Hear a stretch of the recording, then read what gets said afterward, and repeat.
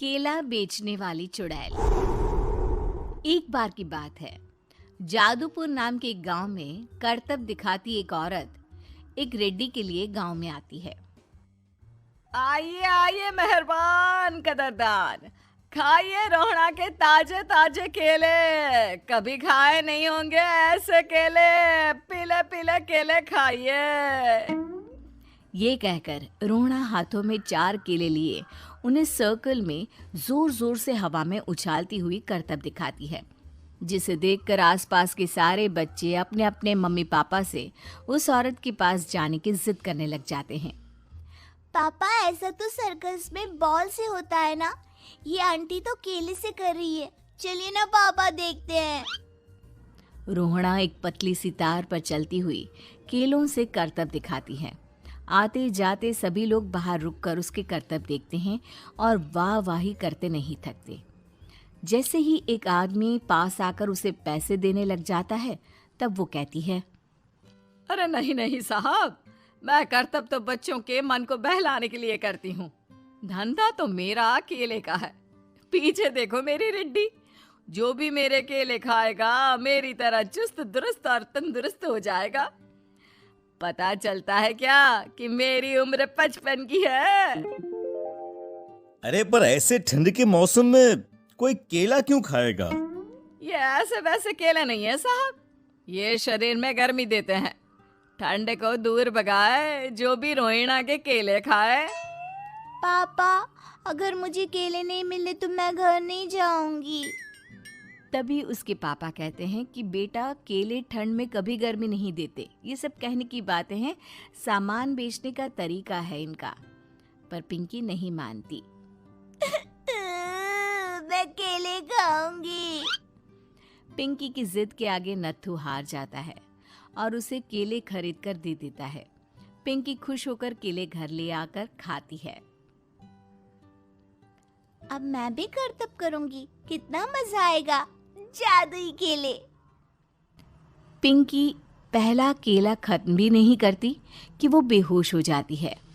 दूसरे केले से एक काला धुआं आता है और रोहड़ा चुड़ैल बनकर बाहर निकल आती है। मेरे भूतिया केले बच्चे न खाए, ऐसा हो ही नहीं सकता। जादूपुर वालों, कब तक बचोगे? आ गई हूं मैं रोहड़ा, जिसका कोई नहीं कर सकता सामना। रोहड़ा पिंकी को गोद में उठाकर काले धुएं में कहीं गायब हो जाती है। शाम के वक्त नत्थू घर लौटता है और पिंकी को घर में ना पाकर उसकी माँ से कहता है, माँ पिंकी कहाँ है? अरे बेटा, उसे तो तू सुबह करतब दिखाने ले गया था ना, फिर कहाँ वापस आए तुम दोनों? मुझे लगा तू उसे अपने साथ मंडी ले गया होगा। हे भगवान, मेरी बच्ची कहाँ गई? मैं उसे घर ही तो छोड़कर गया था माँ। नत्थू गांव के घर कोने में अपनी बेटी को ढूंढता है, पर उसे वो कहीं नहीं मिलती। परेशान होकर आखिर रो रो कर नत्थू हिम्मत हार कर घर लौट आता है। अगली सुबह रोहड़ा फिर से करतब दिखाने आती है और इस बार पिंकी की तरह रोनी केले खरीद लेता है। 50 रुपए दिए थे पापा ने, सारे पैसों की मैंने केले खरीद लिए हैं। अब मैं भी आंटी की तरह ही करतबबाज बन जाऊंगा। यही सोचते हुए रोनी केले खाता है और पहला अकेला केला आधा खत्म भी नहीं करता कि चुड़ैल उसके सामने आ जाती है। मेरे साथ चलने का समय आ गया है रोनी। ये तो बस शुरुआत है। अब इस गांव के सारे बच्चे धीरे धीरे मेरे कब्जे में होंगे, एक बच्चा भी नहीं बचेगा। ये कहकर रोना रोनी को गोद में लेकर काले धुएं में अदृश्य हो जाती है। इसके बाद हर रोज गांव में से कोई ना कोई बच्चा गायब होता, पर ऐसा क्यों हो रहा है किसी को भी समझ में नहीं आ पा रहा था।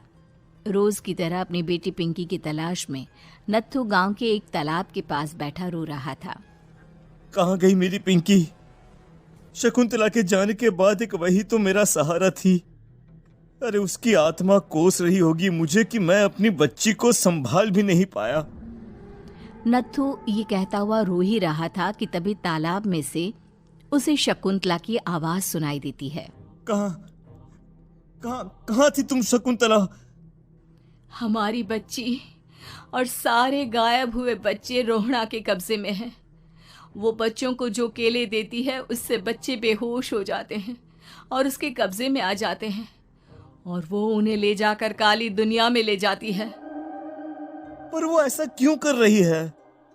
ये मैं नहीं जानती, पर उस दुनिया का रास्ता मैं आपको बता सकती हूँ। जहाँ ये नदी खत्म होती है वहाँ एक केले का पेड़ है, उसके नीचे एक दरवाज़ा है, वहीं से रास्ता जाता है उस दुनिया का। ये कहकर शकुंतला की आत्मा गायब हो जाती है। गांव के सभी लोग झुंड बनाकर उसी रास्ते से काली दुनिया में चले जाते हैं और वहां देखते हैं कि सारे बच्चे वहां काम कर रहे थे। पापा मुझे ले चलो यहाँ से। पापा पापा। सभी बच्चे अपने मम्मी पापा से लिपट जाते हैं। तो तुम लोग यहाँ तक आ गए? क्यों हमारे बच्चों को पकड़ लिया तूने? तुझे शिकार ही बनाना है तो ले, हम सब आ गए हैं, हमें खा ले। नहीं, मुझे बच्चे चाहिए। मेरे बच्चे के बदले तुम लोगों के बच्चे। क्या मतलब? मैं इसी गांव में रहने वाली एक औरत थी।